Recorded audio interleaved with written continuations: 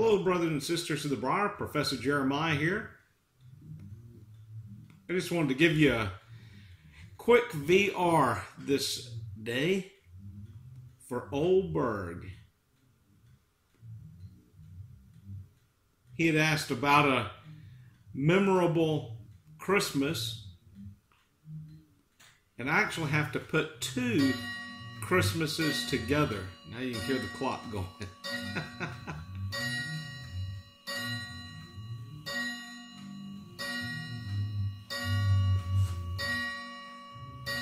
How many of you are counting the chimes? Well, if you counted the chimes and you know how many it just rung, put it down in the bucket below. I'm smoking a pipe, which I have owned for probably about 6 years. It's an estate pipe. Purchased it off of eBay. I loved the shape. I liked how it looked. And this is the first time that I've ever smoked it. I'm smoking in it some McWelland's Vanilla Black Cavendish. And it's a melody. Whoop, there goes ash all over my keyboard. It's a melody pipe. Really smokes good. I don't know why I never smoked it before. I don't know, somehow it fell out of the loop and I missed it. And it was in a box full of various pipes, which I've collected and just never did anything with. I guess that's maybe a little sad at times to have a whole box of pipes that you just don't do anything with. Well, anyway, as far as the VR, I'm not sure whether I was 8 or 9, and one morning my present was an 8-foot by 4-foot HO scale train table. My dad had spent all the night before putting that train table together after I had gone to bed. And so I awoke that Christmas morning to my first real train table. I believe it was in my parents' den that morning, but later we moved it to the basement. And so it was a couple of years after that, and I really got into it. I loved the making the buildings and doing the scenery, and at least for my skill at that time. And so it was a couple of years later, a family friend of ours, and in some ways like an uncle to me. He was a friend of my dad's growing up. He was moving from Atlanta, Georgia, down to Panama City, Florida.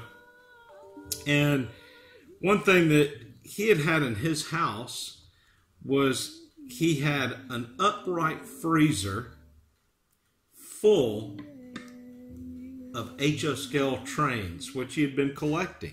He didn't have a train table, no setup. He had just been collecting these trains, I guess, thinking that in his retirement he would at some point build a train table. But it was jam-packed. I want to say a part of me thinks that it was 2 upright freezers. I think I've told the story that way a few times, that it was 2 freezers. But for that, I'm not certain. But anyway, his family, he and his wife had joined us for Christmas. They did this for a number of years. And so that morning that they were with us, about 2 years after receiving my first train table, as gifts are being passed out, my older brother was the one passing out gifts that day, there was this big box. And I opened it up, and with much excitement, it's full of boxcars and train engines and track, and just incredible. What I didn't know is that there was another big box full of more HO scale trains, more track, a building here or there that hadn't been built, more, I mean, just, incredible. And I believe it ended up being about 4 or 5 big boxes, and it was his entire freezer full of all the trains which he had been collecting and hadn't done anything with.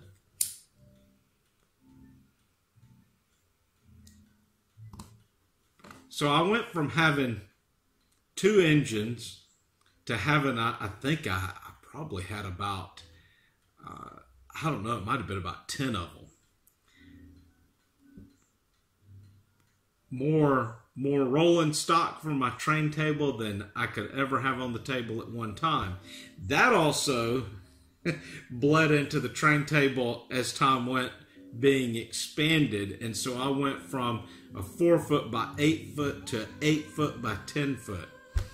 And it wasn't till later that I realized that as a child growing up, I had a better train set up and more box cars and engines than most older people who are really into the hobby.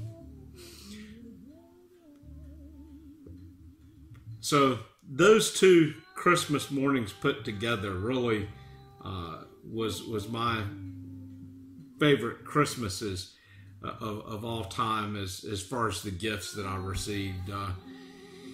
I guess we would say it's not about the receiving, but the giving. But hey, at that age, it's about the receiving, isn't it? But those were some great gifts, and I had a lot of fun playing with the train table, and it was sort of, like at that time period for me, it was like having my very own Sim City.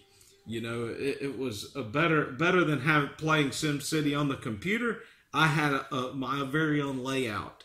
Maybe I should have become a city planner in life, because I enjoyed having the table, and I would tear up track and tear down a mountain and rebuild it and just redo a whole section.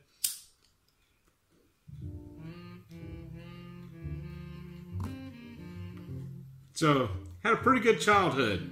I wasn't spoiled in that I had a whole bunch of toys, but the toys that I had were very meaningful. I guess I was spoiled on the train end of things, because just as I say, most old timers that are into the hobby didn't have the train setup which I had.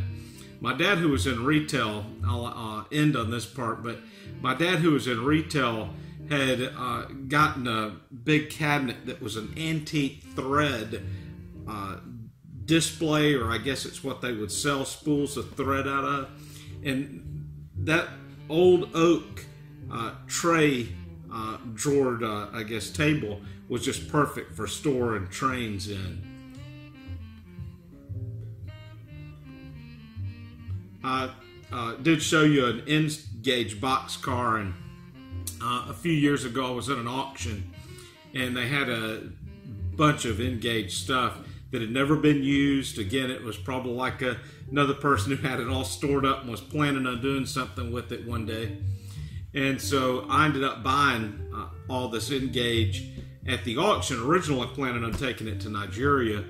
But I'm hoping over the next several months, at least over the next year, starting to build a table here. And I'll show you that table as it progresses.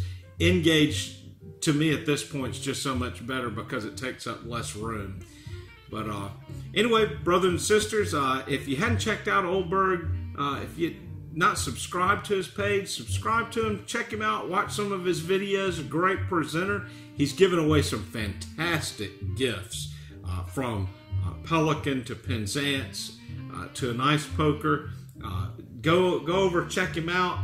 Leave a VR if you're a lurker. As he said, hey, go ahead and shoot your first video as a VR for him. Well, this is Professor Jeremiah. Hope you have a happy Saturday. God bless.